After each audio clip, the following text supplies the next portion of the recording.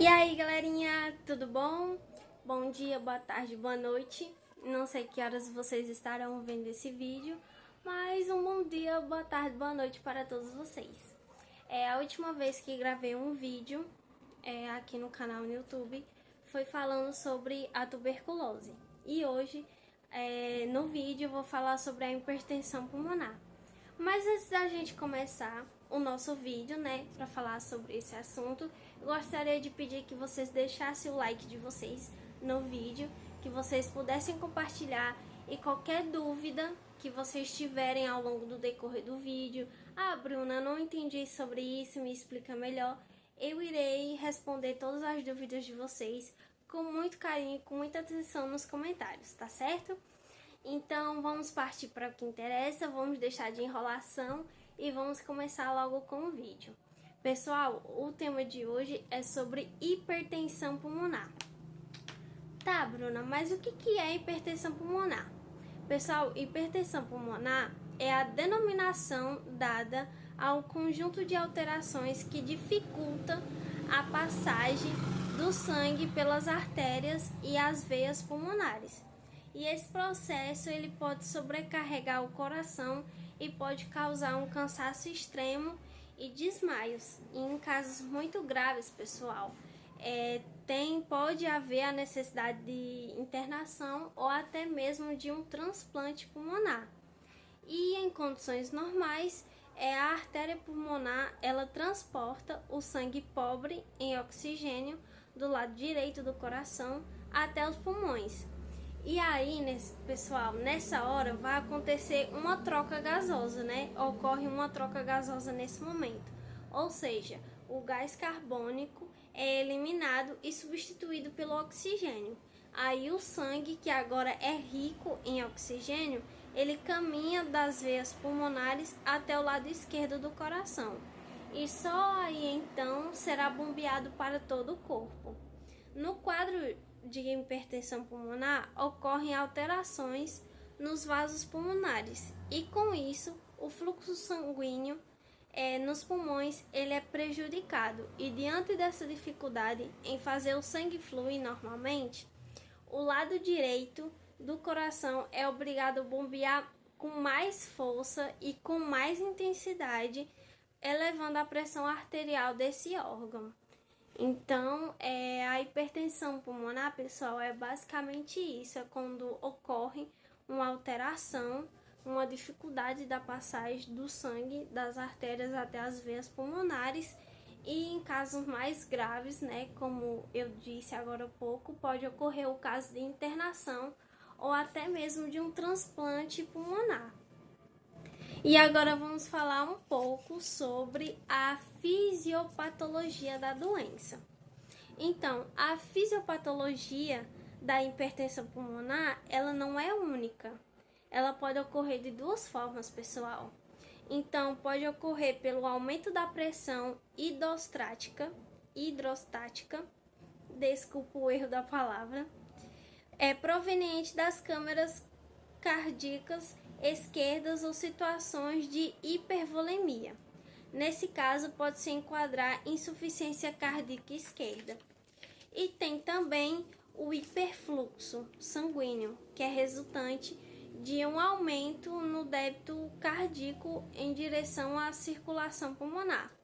E ambas as causas são secundárias e uma doença é uma doença de base.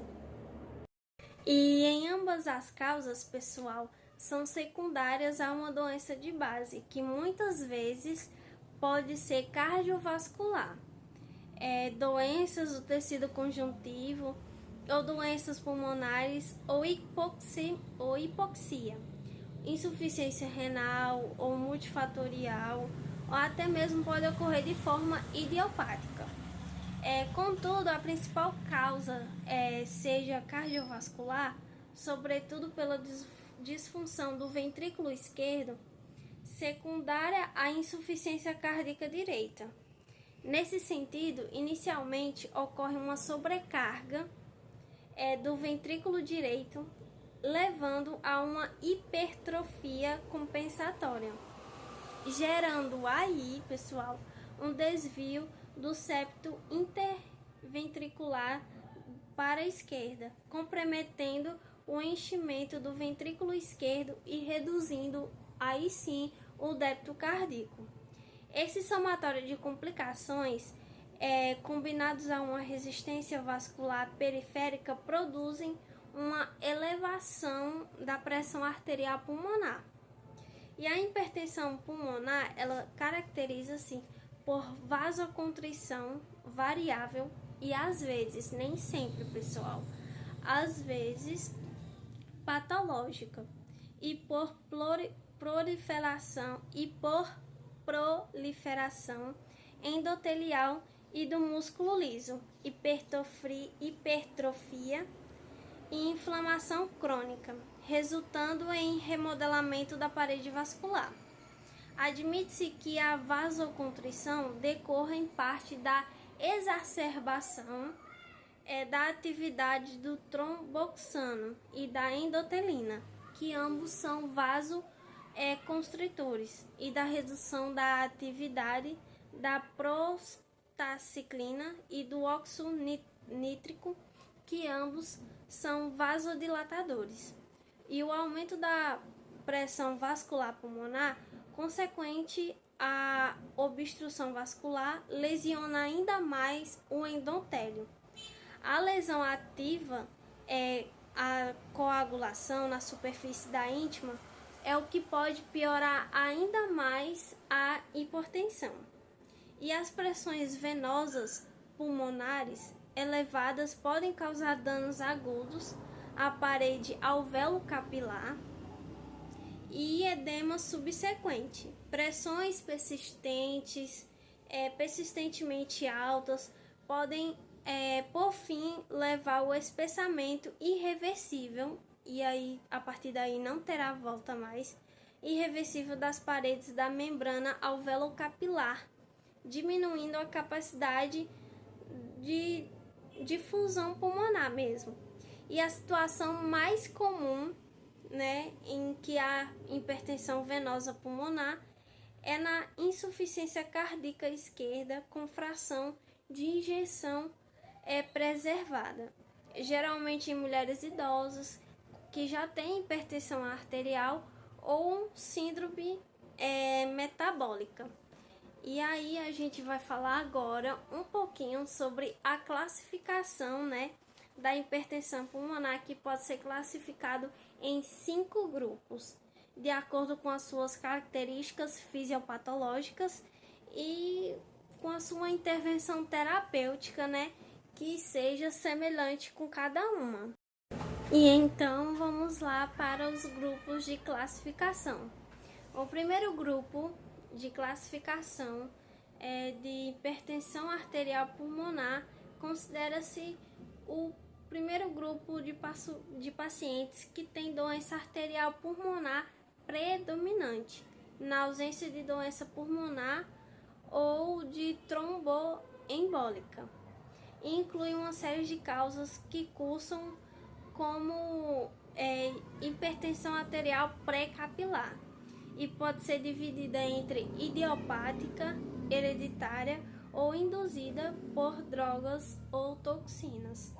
E também é associada a outras doenças também, que inclui doenças do tecido conjuntivo, infecção pelo HIV, hipertensão portal ou doença cardíaca congênita ou a esquistossomose. E agora vamos para o grupo 2. O grupo 2 é a hipertensão pulmonar devido a doenças do coração esquerdo. O grupo 2, pessoal, inclui os casos de hipertensão pulmonar causadas por doenças cardíacas esquerdas. O principal mecanismo do aumento da pressão arterial pulmonar é a transmissão da pressão das câmaras esquerdas. E as principais causas são difusão ventricular esquerda, sistólica ou diastólica, e doença valvar, obstruções congênitas e adquiridas e estenose de veias pulmonares. E agora vamos para o terceiro grupo, que é de hipertensão pulmonar devido a doenças pulmonares ou hipoxemia, que são os mecanismos fisiopatológicos que incluem, a vasoconstrição hipóxica e estresse e pode ocorrer, um estresse mecânico na hiperinsuflação pulmonar e perdas de capilares, inflamação e efeito tóxico na fumaça do cigarro. E as principais doenças são doenças pulmonares, intersticiais, doenças pulmonares com caráter restritivo ou obstrutivo, doenças respiratórias do sono, hipoventilação alveolar, exposição crônica e grandes altitudes e anormalidades do desenvolvimento pulmonar. Agora vamos para o quarto grupo, que é a hipertensão pulmonar tromboembólica crônica ou por outras obstruções, que se refere-se à hipertensão pulmonar causada por tromboembolismo crônico ou outra obstrução da artéria pulmonar. O principal mecanismo é a não resolução de embolias, agudas prévias que sofreram fibrose e levando à obstrução crônica das artérias pulmonares. Outras causas de obstrução incluem angiosarcoma, outros tumores intravasculares, arterites e estenose congênita e parasitas. E vamos agora para o quinto e último grupo, que é com mecanismos não esclarecido ou multifatorial, que estão incluídas as situações com causas multifatoriais para a hipertensão arterial, hipertensão pulmonar, que inclui doenças hematológicas, algumas doenças sistêmicas como sarcoidose, distúrbios metabólicos e outras causas. E esses são os 5 grupos, as 5 classificações de hipertensão pulmonar, pessoal. Então, é basicamente sobre isso. Falei um pouquinho sobre a fisiopatologia da doença hipertensão pulmonar. Tem muitos nomezinhos que são bem complicados de se falar. É uma parte mais complexa assim de se falar da doença. Peço perdão se acabei no meio do vídeo falando alguma palavra errada, porque eu tenho um papelzinho de anotações que tem os meus tópicos aqui para que eu vá lendo e vá falando alguma coisa durante o decorrer do vídeo. E aí acabei de falar também sobre os 5 grupos de classificações da hipertensão pulmonar. E é sobre isso, gente.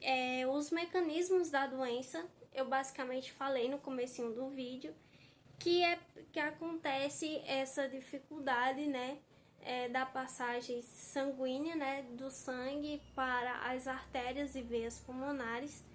E tem todo o percurso lá que ocorre a troca gasosa, e ao contrário do que intuitivamente se pensa, nos pulmões não há somente ar, porque quase metade de todo o nosso sangue tá lá, e quando as células musculares do corpo precisam de mais oxigênio, o coração precisa bater mais rápido.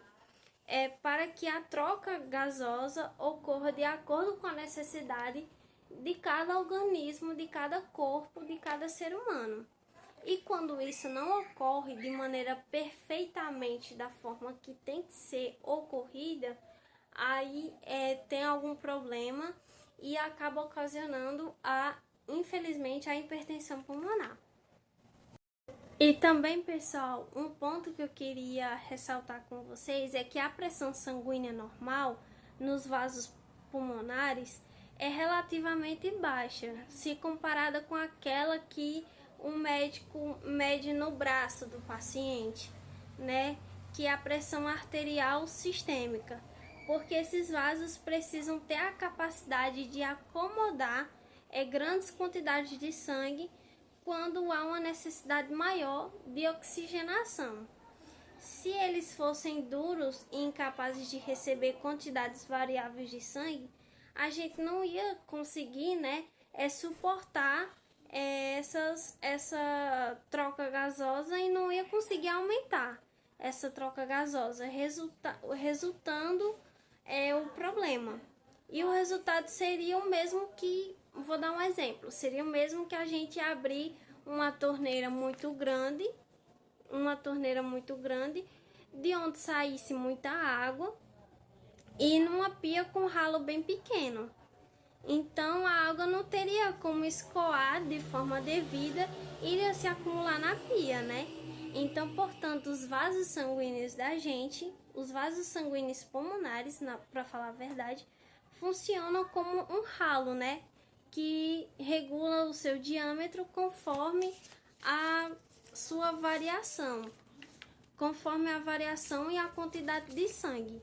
No caso que eu dei o exemplo agora da água, né, escorrendo pela pia, ou seja, da água que chega para a pia e nunca corre o risco de poder transbordar, e sim escoar de forma certa e de forma correta. E na hipertensão pulmonar, ao contrário, o sangue não consegue fluir bem pelos pulmões e acaba acumulando e sobrecarregando, infelizmente, o coração, que tem que fazer cada vez mais força para impulsioná-lo adiante. Então agora eu vou falar um pouquinho mais sobre os sintomas e o diagnóstico e, por fim, falar sobre o tratamento e como prevenir para a gente finalizar o vídeo de hoje. Então, pessoal, os sintomas e o diagnóstico é o seguinte: geralmente a pessoa ela apresenta um cansaço progressivo e acaba só piorando só com o tempo, e com esforços cada vez menores e a falta de ar. E também pode ocorrer desmaios com muita frequência. Então, quando começa a sentir já um cansaço extremo, que para coisas pequenas, atividades pequenas que você for fazer no seu dia a dia, ou até mesmo dentro de casa, aí você acaba se cansando de forma extrema, tipo, por que eu tô ficando tão cansada? Se eu tô fazendo uma atividade tão simples, por que eu tô desmaiando tanto? Então, galerinha, é um sinal de alerta, viu? E também é comum relatar que um paciente se cansava para andar 5 quarteirões e agora se cansa para subir 10 degraus de uma escada. E não é fácil assim de estabelecer um diagnóstico da hipertensão pulmonar, e muitas vezes ele é feito quando o médico está investigando a causa dos sintomas, como um cansaço inexplicável, que não consegue se explicar, e a falta de ar. E a hipertensão pulmonar, ela pode produzir alterações na radiografia do tórax, e no eletrocardiograma e nos exames de sangue. Entretanto, grande parte dos diagnósticos, gente, surge da alteração presente no ecocardiograma, entendeu? Quando a pressão estimada é maior do que 35 mmHg. Em geral, se faz uma investigação mais aprofundada que pode exigir o exame característico da artéria pulmonar. Aí sim, o médico e todos os especialistas poderão assim ver de forma mais clara e dar um diagnóstico mais preciso ao paciente. E é isso, os sintomas são basicamente isso, e o diagnóstico é realmente feito de forma clínica e também identificado pelo próprio paciente, tipo cansaço com piora progressiva, dificuldade para respirar, falta de ar, tontura, desmaio, fraqueza, que a pessoa acaba sentindo do nada, tá bem, mas acaba sentindo uma fraqueza, ou até mesmo dores no peito. E a abordagem diagnóstica para a hipertensão pulmonar inclui a confirmação desses diagnósticos, né? A radiografia do tórax, juntamente com os outros exames que eu acabei de citar acima. E o tratamento, pessoal, muitas situações clínicas podem fazer com que a pressão do sangue dentro dos pulmões esteja aumentada. Felizmente, nem toda a elevação da pressão significa uma doença grave. É claro que sempre quando isso acontece, às vezes a gente fica com medo, já corre logo para o hospital, o que é bom, né? Qualquer coisa que a gente achar de suspeito no nosso corpo, que está acontecendo tanto por dentro como por fora, a gente tem que ir ao médico. Mas às vezes nem sempre pode ser considerado uma doença grave. Mas é sempre bom a gente ficar alerta em todos os sintomas. E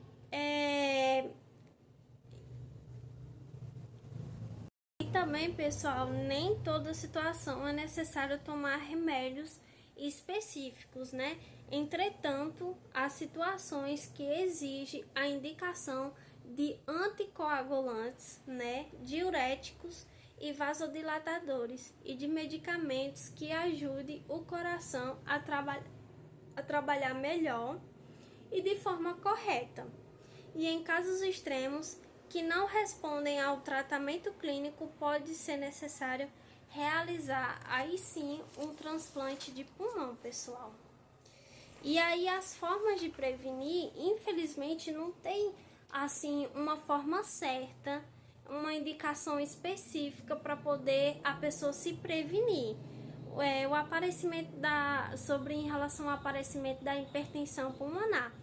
Mas como uma regra geral, pode-se dizer, regra universal, é sempre bom recomendar evitar de não fumar, evitar a obesidade e se manter sempre ativo, ter uma alimentação saudável, ter uma alimentação balanceada, e se manter-se ativo, né? Fazer exercícios físicos, que é muito importante, viu, galerinha?